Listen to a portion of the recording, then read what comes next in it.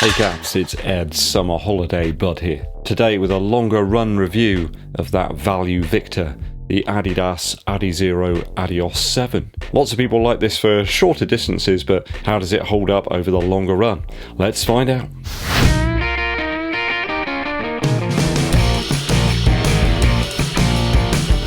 Thanks for tuning in, people. It is always appreciated. If you've yet to do so, hit that subscribe button and click the bell below for notifications so you're notified. Also really helps the channel out too if you give this video a thumbs up like, but also share it with your running buddies. Don't forget to give us a super thanks as well if you've got a particular question you want to get straight to the brain of EDDBUD. It helps support the channel out a huge amount, especially during these more meager summer months.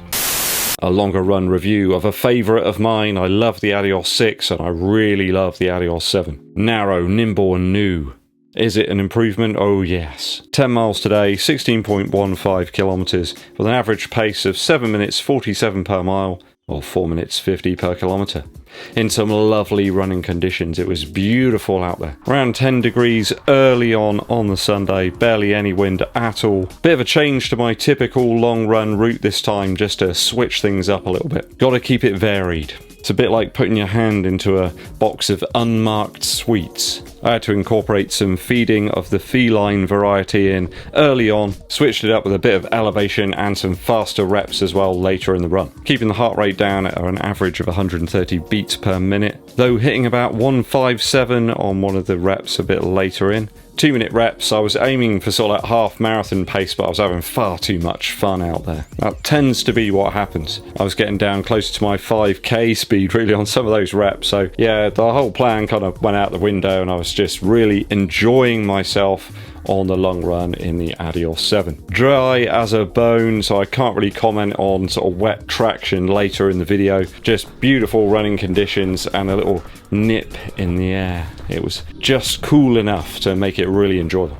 Upper-wise, on the long run, I find the ADIOS 7 is really set and forget. Cinch up those laces and used a runner's knot, and I barely thought about the upper of the shoe across all of the miles. Tightness was consistent kilometre after kilometre. Though I've got to be honest, the more I run in the shoe, the more I'm noticing that some people may find it particularly narrow. There's quite a few older Puma shoes actually, mainly the Ultra Ride.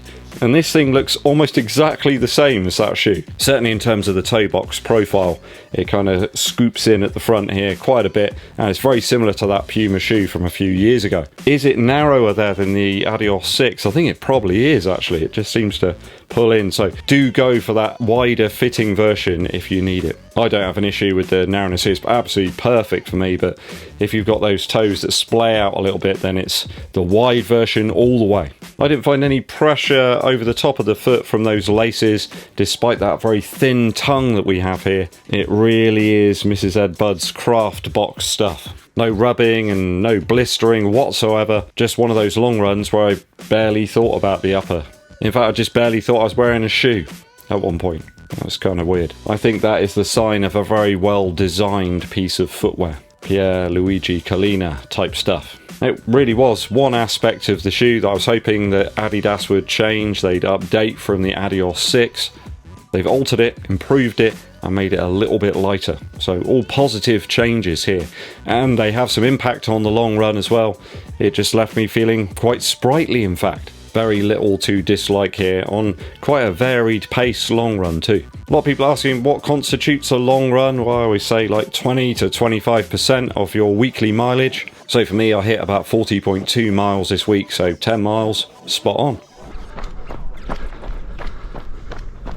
Midsole wise, of course, we have a combo of foams here, a slab of the very resilient Light Strike in the mid to heel, and then the very resilient Light Strike Pro formula in the midfoot through to the forefoot. I find the shoe very stable and feather-like now, really. That original Light Strike stuff might not be to everybody's taste, but I find it beats standard EVA hands down. It's certainly a more up-for-it shoe, I think, this one, than many others around that price range. Arsene Wenger would really like that one. That seemed to be his phrase at one point. They were up for it. I mean, you should be up for it really if you're getting paid, 150,000 quid a week. You catch my drift, right? If you can't be up for it when you're getting paid that much money, then there's something wrong. nimble nature of the midsole and a very streamlined profile really. It just allows you to run quickly when you want to, but I found it just sort of gets out the way when you're running at a slower pace as well. Just minimised bulk here in the ADIDAS 7, I think it really does benefit the runner.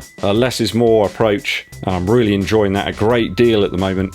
I'm really enjoying the Endorphin Pro 3 as well, and that certainly isn't a less is more approach, I suppose, in the midsole. But I'm enjoying this one certainly over other similarly priced models at this moment in time. I think the use case of this shoe is now a little bit attached and linked to the Takumi Sen 8. There's quite a few things about this shoe that are very similar. You can compare the two very easily now. Perhaps they're a little bit more suited to varied paces than the Takumi Sen 8. I guess this is Adidas's version of the Zoom Fly, I suppose, where you had the Zoom Fly and the Vapor Fly, like a training partner to the race shoe.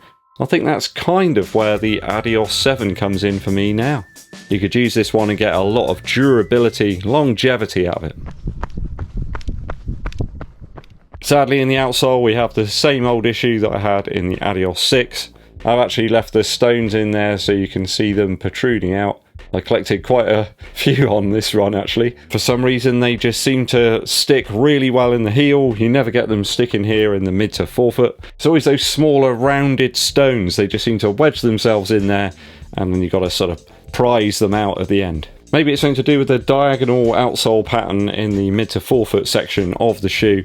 It just doesn't seem to pick up the stones as well. I don't know. If you've got a theory about it, let me know. The roads I use tend to have a lot of smaller debris towards the edges of the road. You've almost got like a sort of hump in the centre of the road and it drops off either side, and that's where all the little stones seem to go. And that's where I seem to end up running. When you're traversing between the road and the pavement, it makes it even worse. Gotta say, outsole grip was very smooth, as per the ADIDAS 6 really. I've got all those same sensations. There's a hint of bite as well from that underfoot torsion system here. I mean, it's nothing technological, but it really does do the trick. It works.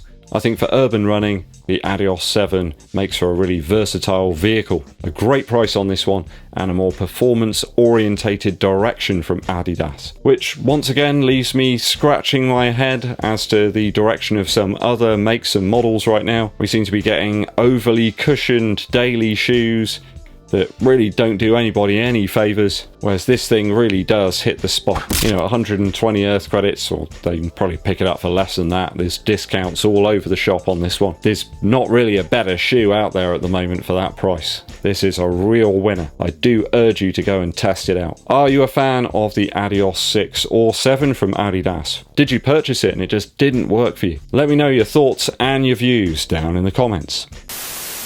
It's musical interlude time. Today we have William Shatner. I covered old Nimoy the other day, so it's only fair that I give a little bit of focus to some of Shatner's material as well. Now, one of my favourites has always been the bonkers cover of Mr. Tambourine Man, where Shatner seems slightly bemused about what's going on. He's questioning the presence of Mr. Tambourine Man at the very start, sort of calling out to him like he's lost somewhere amongst a forest of tambourines, perhaps. The other one that will send you over the edge is his version of Lucy in the Sky with Diamonds. The verses and the delivery of those words are almost unhinged, I suppose. But I love the really disturbing, quite melancholy track, How Insensitive. That one is just absolutely brilliant. It almost sounds like lift music that has taken a turn into Silent Hill. You know, where the room switches from like a normal room into this sort of hellish environment. And then you've got Shatner sort of whispering the words over the top. It is absolutely fantastic. Probably not something you want to listen to on a run. It could scare you. Certainly don't listen to it if you're going on a night run. That could be very worrying. It could give you a lot of stress, I suppose. But as weird music goes that nobody thinks about listening to, William Shatner's right up there. Go and check it out, guys. Right, I'm going to go and leap into a bath of ice cubes because it's incredibly hot right now. Thanks for tuning in and watching through to the very end of today's video. Hit that subscribe button and click the bell below for notifications if we launch those new videos for you. Make sure you hit that like button and also share this video with your running buddies. My name's EDDBUD and I'll be seeing you